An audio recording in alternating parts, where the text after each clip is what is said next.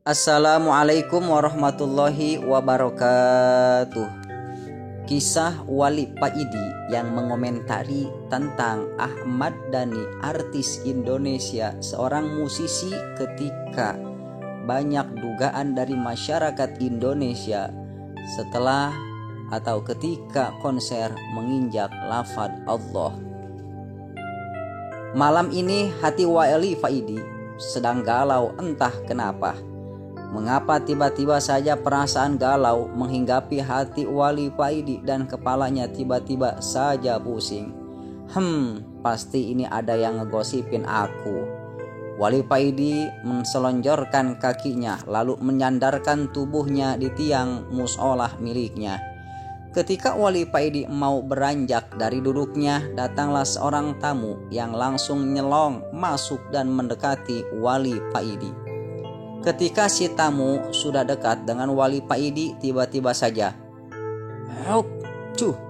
si tamu dengan semangat meludahi Wali Paidi. Wali Paidi kaget bukan kepalang. Siapa si tamu ini kok tiba-tiba saja meludahi aku, batin Wali Paidi. Si tamu meludah kembali. Kali ini mengenai mata Wali Paidi. Wali Paidi tetap terdiam saja. Dengan ujung bajunya dia mengusap ludah yang mengenai wajahnya. Bekacak pinggang si tamu ini mengangkat wajahnya lalu menunduk lagi dan si tamu mengeluarkan semua ludahnya. Wajah Wali Paidi jibrat ludah semua. Wali Paidi mulai menangis. Dengan perlahan Wali Paidi mengusap lagi wajahnya. Lalu dengan lembut Wali Paidi bertanya kepada si tamu, "Siapakah Tuan?" Si tamu dengan tersenyum menjawab, "Aku adalah malaikat yang disuruh mengujimu. Karena orang-orang banyak yang memuji kalau kamu adalah orang yang sabar. Makanya Allah menyuruhku untuk membuktikan apakah benar pujian orang terhadapmu. Dan ternyata benar kau memang orang yang sabar." Jawab orang itu lalu ngeloyor pergi. Wali Paidi hanya tertegun dan tidak begitu lama datang lagi orang yang sangat perlentek. Wajahnya ganteng, gagah dan memakai setelan jas dan berdasi. Sungguh gagah dan ganteng sekali. Setelah turun dari mobil mewahnya, si tamu mendekati Wali Paidi dan dengan tersenyum si tamu ini duduk di dekat Wali Paidi.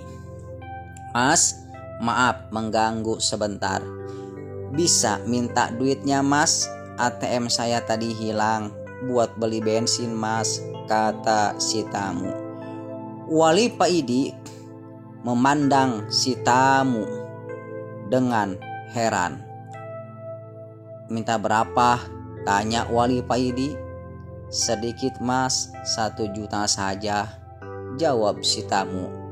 "Wah, kalau segitu gak punya aku," jawab Wali Paidi. "Ya berapa aja mas, pokoknya ada," pinta si tamu. Wali Paidi agak ragu, tapi dia membuang jauh-jauh perasaan itu. Bagaimanapun dia harus menolong orang yang butuh pertolongan. Gak peduli siapapun itu, Wali Paidi menurunkan kopiahnya dan mengambil uang dari selipan kopiahnya. Tanpa dihitung, dia menyerahkan semuanya. Dengan tersenyum sumringah, si tamu menerima uang pemberian dari Wali Paidi. "Terima kasih. Ternyata benar pujian orang-orang terhadapmu. Kamu adalah orang yang dermawan," kata si tamu. "Siapakah Tuan?" tanya Wali Paidi. "Aku adalah malaikat yang disuruh mengujimu," jawab si tamu lalu ngeloyor pergi seperti tamu yang pertama. Wali Paidi menunduk. Dia sadar sekarang mengapa hatinya jadi galau dan kepalanya jadi pusing. Ternyata banyak orang yang ngerasani dengan memuji-muji dirinya. Dia tahu bahwa Allah lah yang pantas dipuji. Allah lah yang maha penyabar. Allah lah yang maha dermawan. Allah cemburu dan mengutus malaikat mengujiku, karena banyak yang memuji aku sebagai orang yang sabar dan orang yang dermawan. Assalamualaikum. Wali Paidi tersadar dari tafakurnya setelah mendengar suara orang yang mengucapkan salam kepadanya. Waalaikumsalam, jawab Wali Paidi. Berdiri di depan Wali Paidi wanita yang sangat cantik, memakai celana ketat dengan atasan baju longgar lengan panjang putih, dan memakai kerudung ala kadarnya, tampak rambutnya yang berkilau kemerahan. Kenalkan, nama saya Mulan Jamila, ucap wanita ini dengan genit sambil menyodorkan tangannya. Wali Paidi terdiam dan membatin. Ujian apa lagi ini? Ujian apa lagi ini? Dipuji apa lagi diriku ini? Batin Wali Paidi. Kisah tersebut memberikan hikmah kepada kita semuanya, mengobati kerinduan kalian, dan kalau bisa jangan suka memuji-muji orang yang masih hidup. Kemudian sehabis sholat maghrib, Wali Paidi langsung menuju Jalan Soekarno-Hatta. Sehabis melewati jembatan, Wali Paidi belok ke kiri.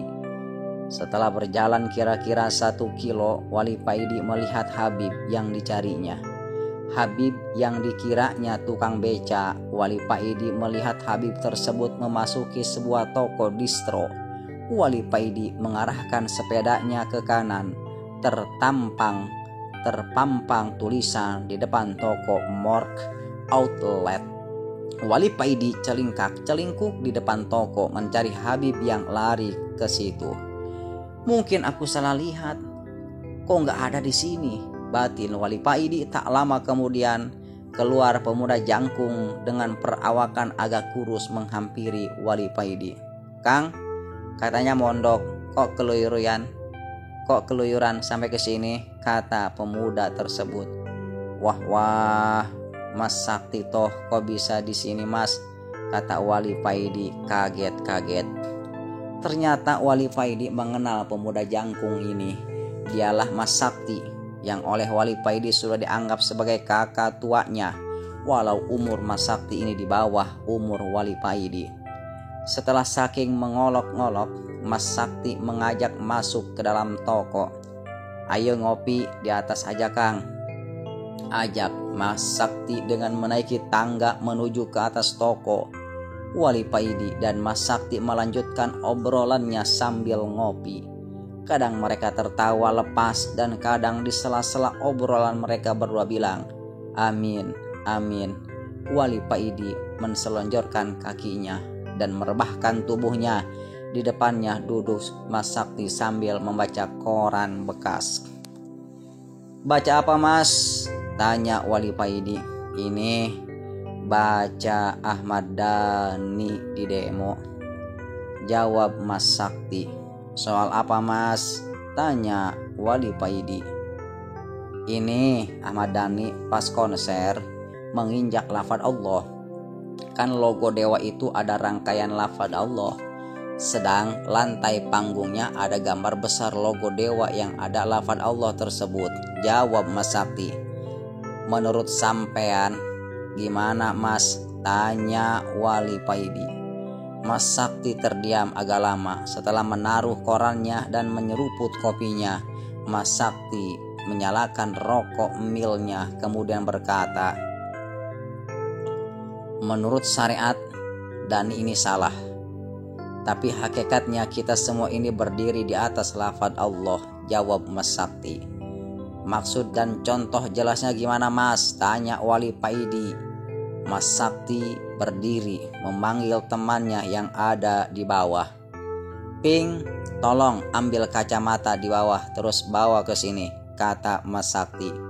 Tidak lama kemudian datang teman Mas Sakti dengan membawa kacamata dan menyerahkan kepada Mas Sakti. Kamu pakai kacamata ini, ucap Mas Sakti sambil menyerahkan kacamatanya. Wali Paidi duduk dan memakai kacamata yang diberikan Mas Sakti. Ya Allah, Allahu Akbar, jerit Wali Paidi. Dalam pandangan Wali Paidi seluruh dinding toko dan lantainya terangkai lafaz Allah. Wali mengarahkan pandangannya ke bawah. Lantai yang didudukinya yang terangkai banyak lafaz Allah yang banyak sekali. Wali Paidi agak ketakutan melihat ini semua. Dan Wali Paidi juga melihat nafas yang keluar dari hidung Mas Sakti membentuk lafaz Allah. Dalam pandangan Wali Paidi, seluruh permukaan bumi ini ada rangkaian lafaz Allahnya.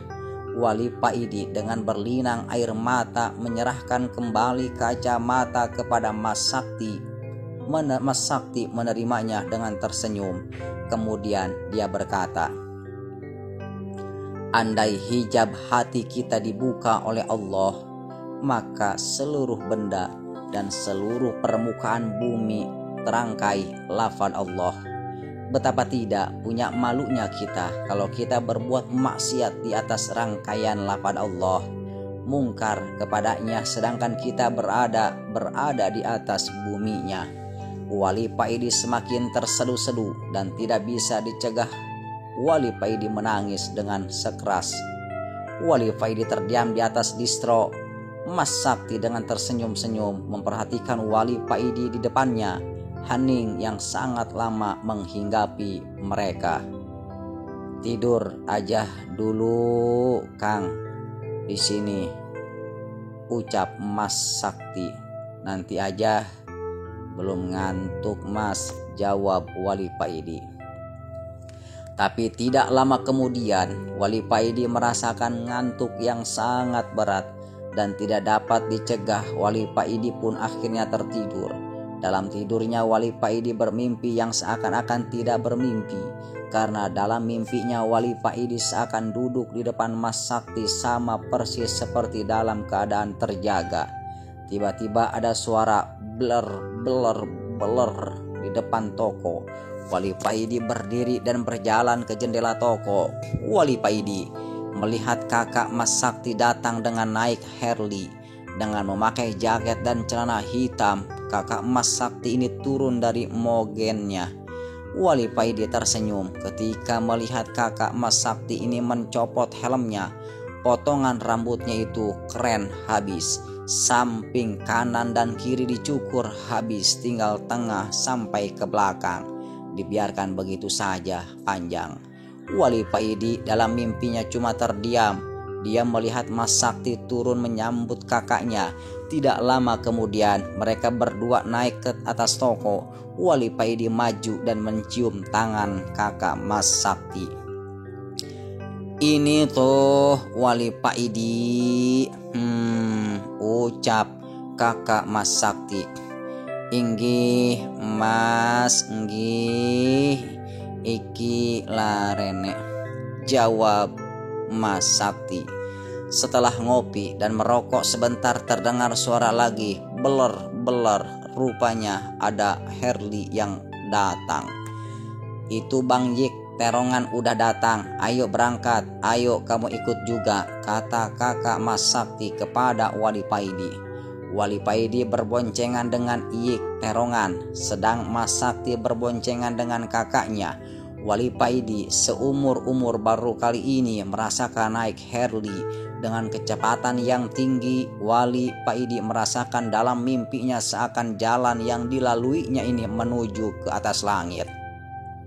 Mereka berempat baru berhenti ketika di depannya berdiri dengan megah sebuah istana yang sangat indah.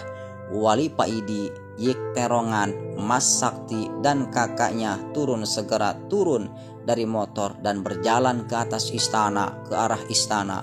Wali Paidi melihat bumi dilijai dari atas tampak berselimutkan cahaya biru. Lapisan Ozon, batin Wali Paidi. Kakak Mas Sakti mendekati Wali Paidi dengan menepuk-nepuk pundaknya Wali Paidi. Kakak Mas Sakti ini berkata, "Apa yang kamu lihat itu memang banyak yang menyebutnya sebagai lapisan ozon. Sebenarnya lapisan biru yang mengitari bumi itu adalah cahaya iman yang terpancar dari hati setiap orang Islam. Kalau iman umat Islam semakin tipis, maka lapisan biru itu juga akan menipis dan cahaya matahari akan langsung masuk menerobos bumi. Kalau cahaya iman sudah habis, maka terjadilah kiamat." Jelas kakak Mas Sakti kepada Wali Paidi. Setelah menjelaskan tentang lapisan ozon, kakak Mas Sakti mengajak Yik Perongan dan adiknya untuk masuk ke dalam istana.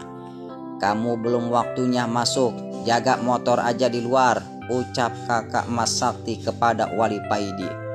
"Hahaha, santai aja, sebentar lagi sampean boleh masuk," olok Mas Sakti. "Siap bos," ucap Wali Paidi. Setelah mendapat banyak karunia di Malang, Wali Paidi kembali ke pondoknya. Mbah Kiai yang tahu kedatangan Wali Paidi merasa sangat senang dan langsung menyuruh santri untuk memanggil Wali Paidi dan menghadap kepadanya. Wali Paidi yang mendengar titah gurunya itu langsung pergi ke endalem. "Assalamualaikum," ucap Wali Paidi ketika berada di dalam. "Waalaikumsalam," jawab Mbah Kiai dari dalam. Wali Paidi maju dan mencium tangan gurunya, tangan yang lembut dan wangi. "Ayo duduk," Mbah Kiai mempersilahkan Wali Paidi duduk. Setelah duduk, Wali Paidi melihat wajah gurunya ini. Keyakinan Wali Paidi ini memang beda dengan keyakinan para murid pada umumnya. Kebanyakan para murid tidak berani menatap wajah gurunya ketika menghadap, karena hal tersebut bagi mereka termasuk tindakan yang kurang sopan. Tapi pendapat Wali Paidi lain, dia lebih suka melihat wajah gurunya, karena baginya melihat wajah orang yang soleh adalah ibadah dan tentu ada barokah di dalamnya. Keyakinan atau kedua pendapat ini sama benarnya, tinggal niatnya saja yang perlu ditata. Wali Paidi melihat wajah gurunya ini begitu bersinar dan begitu suci bersih, seakan-akan gurunya ini akan berpergian. Teringat ini, Wali Paidi langsung menangis sungguh-sungguhkan. Mbah Kiai yang melihat Wali Paidi menangis hanya tersenyum saja. Lalu beliau berkata kepada Wali Paidi, "Apa yang kamu lihat dan yang apa kamu rasakan itu benar. Aku memang akan pergi memenuhi panggilan Allah. Waktunya sudah dekat, aku sebentar lagi akan meninggalkan dunia ini." Wali Paidi tetap menunduk dan terus menangis. Mbah Kiai langsung berkata kembali, "Nak, nanti malam pergilah kamu ke belakang pondok. Setelah mencapai sungai, duduklah di situ. Tunggulah teman Abah, belajarlah kamu kepadanya. Dan yang terpenting, kamu manut dan jangan banyak bertanya," pesan Mbah Kiai. "Inggih Kiai," jawab Wali Paidi. "Apa yang kamu alami di Malang semuanya aku tahu. Jadilah itu sebagai tonggak keimananmu, dan kamu sudah bertemu dengan saudara-saudara seperjuanganmu. Kelak kalau kamu bertemu mereka, kembali sampaikan salamku kepada mereka." Mbah Kiai lalu berdiri mendekati Wali Paidi. Beliau menepuk-nepuk punggung Wali Paidi. "Sekarang kembalilah ke pondok. Nanti malam laksanakan apa yang aku perintahkan," ucap Mbah Kiai lalu masuk ke dalam. Setelah Mbah Kiai sudah tidak terlihat, Wali Paidi keluar dan dari dalam. Walau Mbah Kiai sudah tidak ada, Wali Paidi keluar dalam tetap dengan membungkuk dan berjalan mundur. Malam harinya Wali Paidi melaksanakan apa yang diperintahkan kiainya. Ia berjalan menyusuri jalan setapak di belakang pondok. Setelah tiba di sungai, Wali Paidi duduk di tepian sungai. Tiada henti, hati Wali Paidi berzikir. Wali Paidi merasakan semenjak dari malang hati Wali Paidi ini hanya bisa berzikir dengan sendirinya. Tidak lama kemudian datanglah sosok yang seumuran dengan Mbah Kiai mendekati Wali Paidi. Wali Paidi melihat pancaran sinar wajah orang ini sama persis dengan pancaran wajah Mbah Kiai. Aku teman gurumu, aku adalah Khidir, dan mulai saat ini aku akan mengajarimu, ucap Khidir langsung ke pokoknya. Inggih, ucap Wali Paidi. Ayo ikut aku, ucap Nabi Khidir, lalu berjalan pergi. Wali Paidi mengikuti dari belakang. Wali Paidi tidak banyak bertanya sesuai perintah gurunya, dia hanya manut saja, pasrah bongkoan. Nabi Khidir baru berhenti ketika di depannya ada gazebo, rumah bambu dengan atap ilalang yang begitu indah. Gazebo ini terlihat kokoh dan futuristik.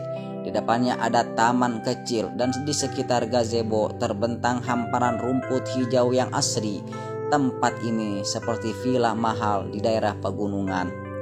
Masuklah tempat wudhu dan kamar mandinya ada di belakang, ucap Nabi Khidir. Dan tidak lama kemudian azan subuh berkumandang. Wali Paidi pergi ke belakang mandi, berwudhu, kemudian sholat jamaah dengan Nabi Khidir. Setelah sholat, Wali Paidi duduk di teras gazebo. Di depannya duduk dengan berwibawa Nabiullah Khidir alaihi salam. Aku akan mengajarimu ilmu syariat dan ilmu hakikat. Aku akan memanjangkan waktu buatmu. 1 hari di dunia sama dengan 1 tahun kamu bersamaku, kata Nabi Khidir.